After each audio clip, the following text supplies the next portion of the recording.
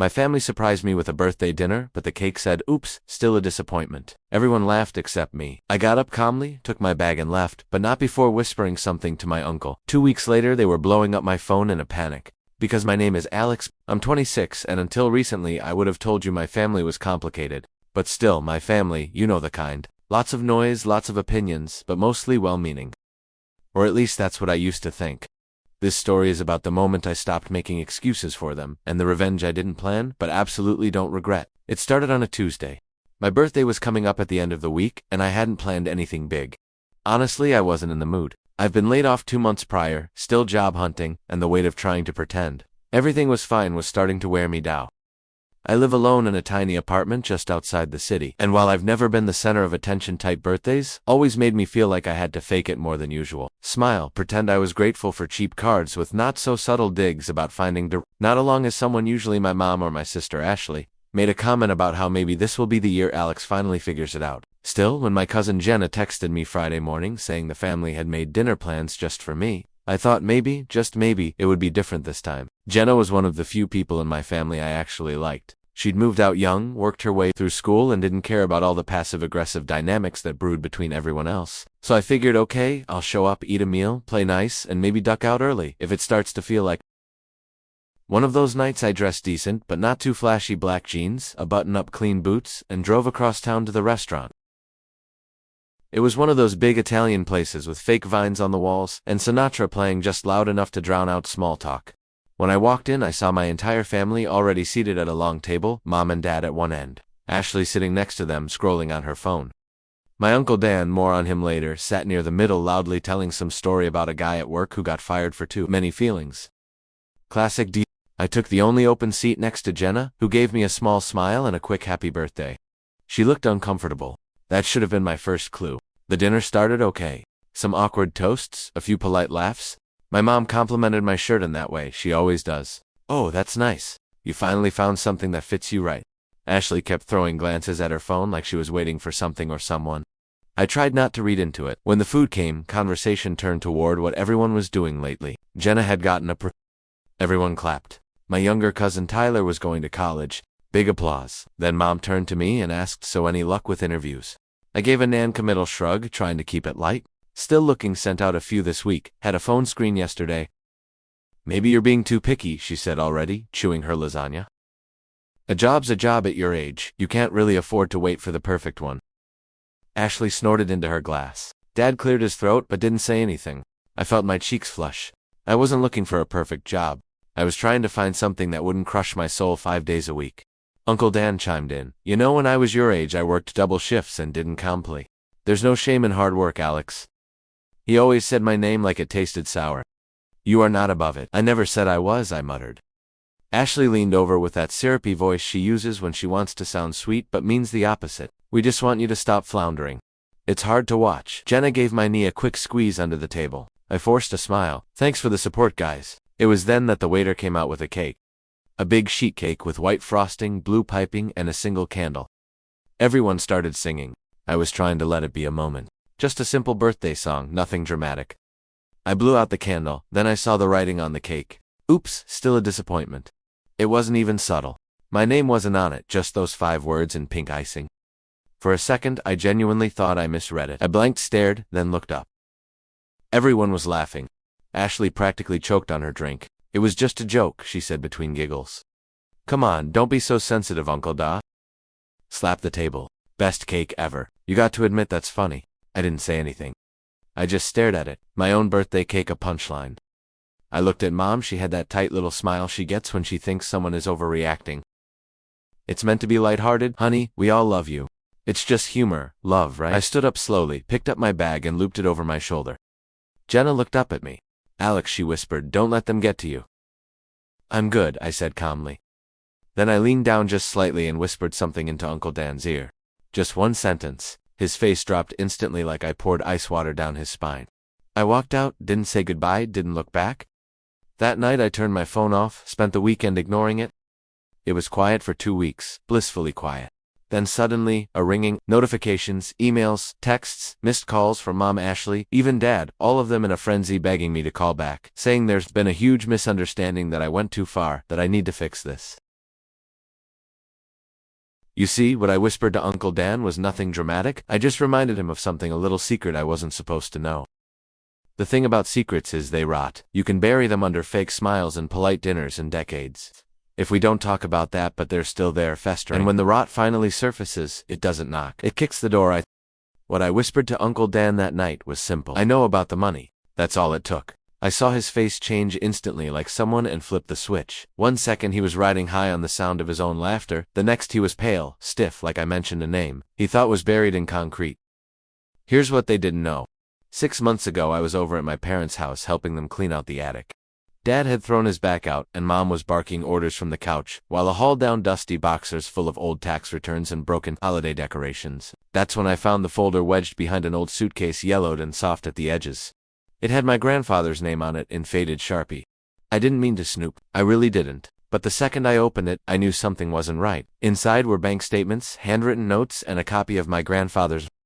Although I'd seen once before years ago right after he passed, I remembered it clearly because of the time. It was the only document I'd ever seen my mom get genuinely emotional about.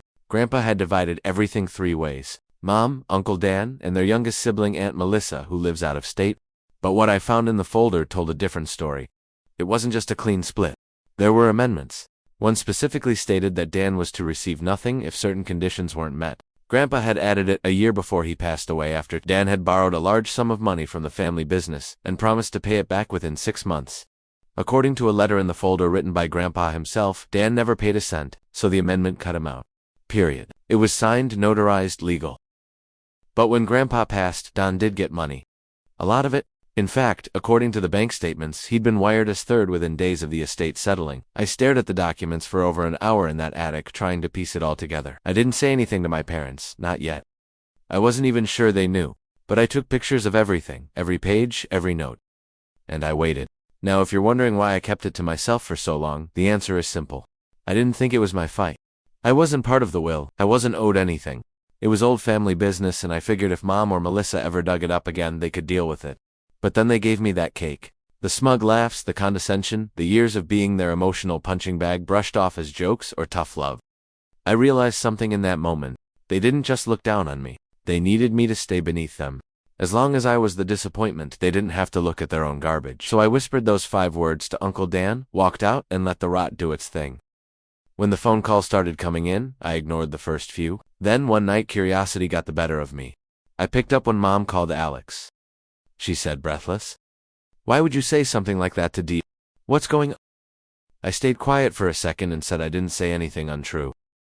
You were confused, she snapped. You don't know what you're talking about. Dan has always been generous with his family.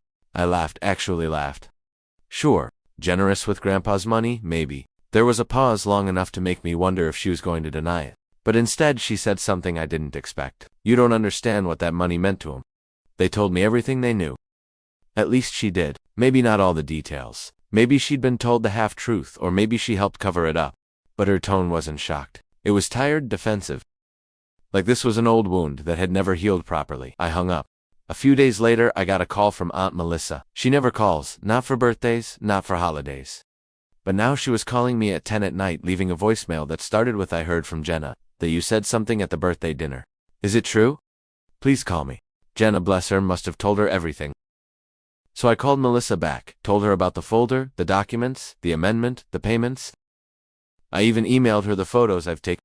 She went quiet for a long time. Then she said I knew something didn't add up.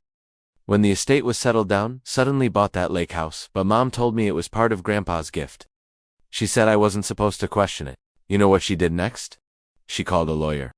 That's when the real panic started, because Dan didn't just bend the rules, he likely forged documents to override a legal will. If proven, it wouldn't just mean he had to pay the money back, it could mean fraud charges. And if anyone else had known and helped cover it up, well, let's just say people started losing sleep. I wasn't trying to burn the house down, but once the match was lit, I wasn't going to blow it out either. The messages from Ashley shifted from mocking to begging. You need to fix this. This has gone too far. Do you really want to tear this family apart? And then finally, you've always been jealous of him. Jealous, right? Because nothing screams jealousy like being humiliated at your own birthday dinner and walking out with the last bit of dignity you've got left at this point. Jenna texted me just one sentence, you might want to check Facebook. So I did. That's where I saw the post. A long melodramatic screed from Uncle Dan. whining about entitled younger relatives who don't understand how business works and are trying to ruin good people's lives for no names mentioned, of course, but the comments were a dumpster fire. Some distant relatives were backing him up. Others, mostly friends of Aunt Melissa and people who'd known Grandpa, were asking questions. That's when I knew the tide had turned, because for the first time it wasn't just me being painted as the black sheep. The story was cracking open, the roles were shifting, and they were finally afraid. And that was just the beginning. After Dan's vague Facebook post, the family group chat exploded. I hadn't checked it in months, muted it ages ago, but curiosity got the best of me. There were over 120 unread messages. Most were from Ashley and my mom spinning the narrative hard. We've always tried to support Alex. This is all a misunderstanding. He's confused. We just want to protect Grandpa's legacy.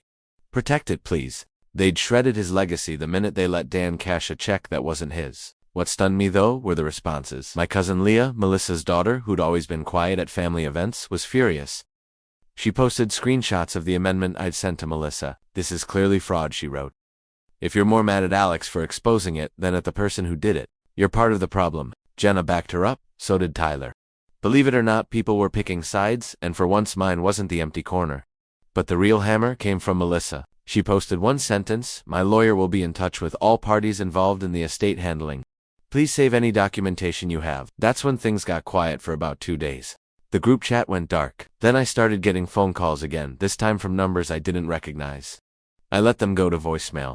Some were lawyers, others were concerned family, friends, telling me how hard this must be on my mother.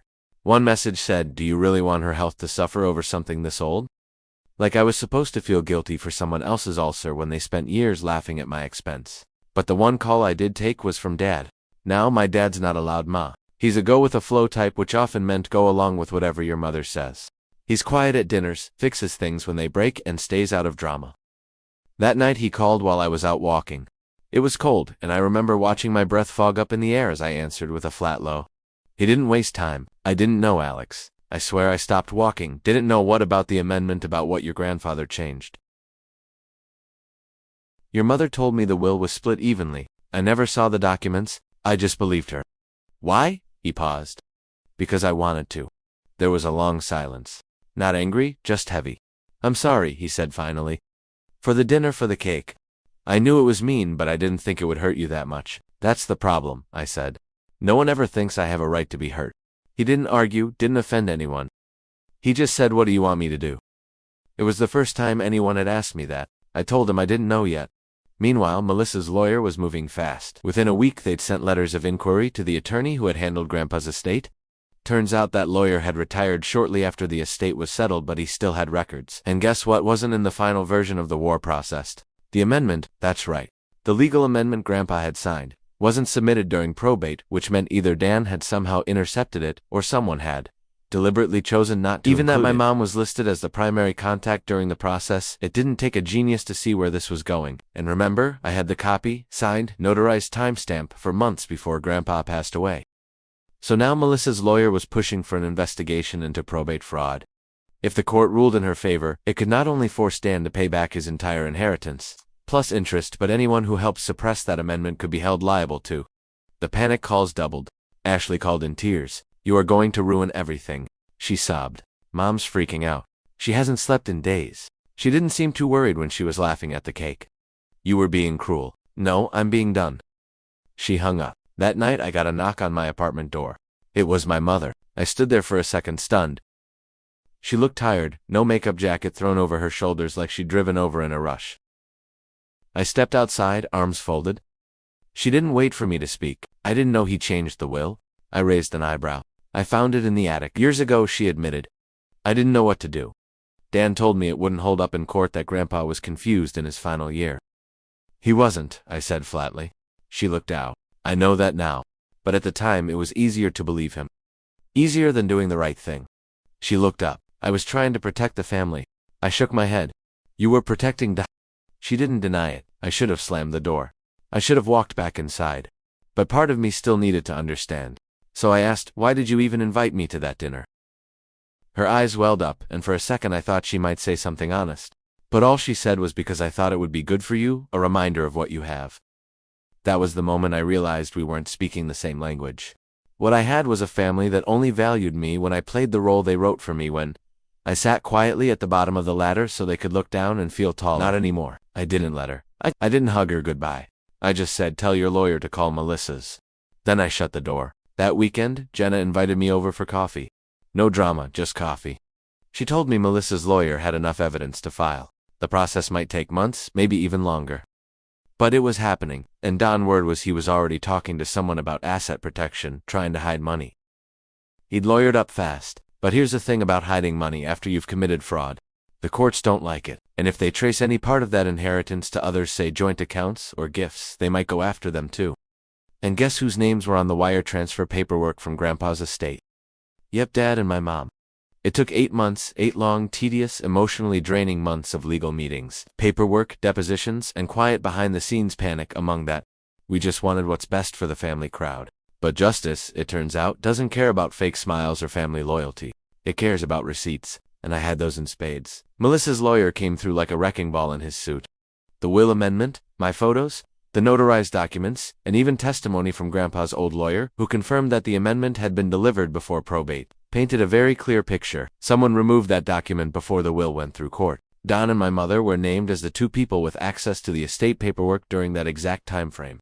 There were emails between them discussing the inheritance, casually referencing splitting it 3 ways, as agreed even after the amendment was signed. The court didn't even need to look that deep to see the pattern.